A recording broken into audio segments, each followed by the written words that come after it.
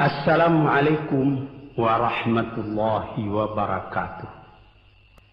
Yang akan jadi cerita saya pada hari ini adalah apa yang pernah kejadian di zaman Nabi kita Muhammad sallallahu alaihi wasallam.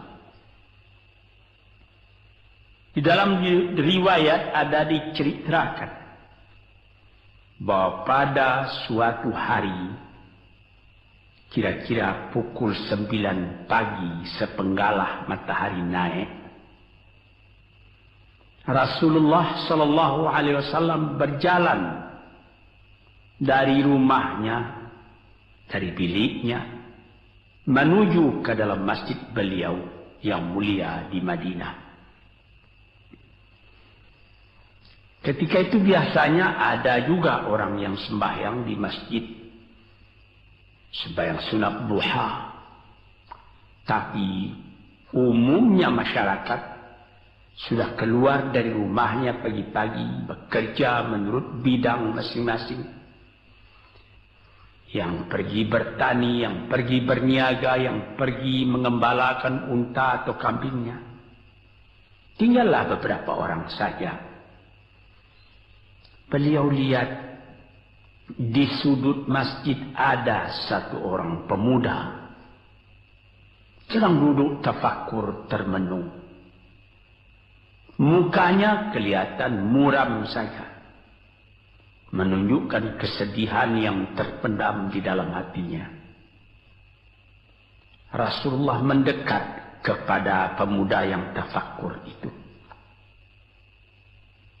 Setelah dilihatnya Rasulullah datang, dia pun menengadahkan muka. Rasulullah pun bertanya, "Mengapa di saat begini engkau duduk tafakur dalam masjid? Dan wajahmu kelihatan ada menampakkan kesedihan atau muram durja. Apakah yang engkau derita sekarang ini?" Jadi pemuda tadi menjawab, "Hazanun lazimatni ya Rasulullah wa duyunun." Artinya, aku ditimpa duka cita ya Rasulullah karena utang. Rupanya orang ini berutang. Utang telah lama, janji sudah dekat, persediaan buat membayar belum ada. Itu yang saya menungkan di sini ya Rasulullah. Dengan senyum Rasulullah menjawab, "Sudikah engkau kalau aku ajarkan kepadamu suatu bacaan? Apabila bacaan ini, yaitu berupa doa, engkau baca pagi-pagi, dan nanti petang-petang pun engkau baca pula dengan hati khusyuk, InsyaAllah hutangmu itu akan terbayar." Tentu pemuda tadi dengan besar hati menjawab, "Tentu ya Rasulullah. Aku senang sekali kalau dapat engkau ajarkan kepadaku apakah doa itu." Lalu Rasulullah membacakan, mengajarkan kepada pemuda itu doa ini. Inilah yang akan saya bacakan pula, mudah-mudahan kita semuanya dapat pula mengambil bacaan ini menjadi bacaan kita. Kita baca pagi, kita baca petang. Apa bunyinya? Allahumma inni a'udzubika minal hammi wal hazani, wa a'udzubika minal ajzi wal kasli, wa a'udzubika minal bukhli wal jubni, wa a'udzubika min ghalabatid daini wa qahrir rijal. Sebelum kita uraikan atau kita tafsirkan artinya satu demi satu, baik kita artikan secara keseluruhan lebih dulu. Artinya ialah, ya Tuhanku, aku berlindung kepada Engkau daripada ini, lalu disebut 8 banyaknya. Yang pertama, aku berlindung kepada engkau daripada duka cita, daripada kesusahan dan duka cita.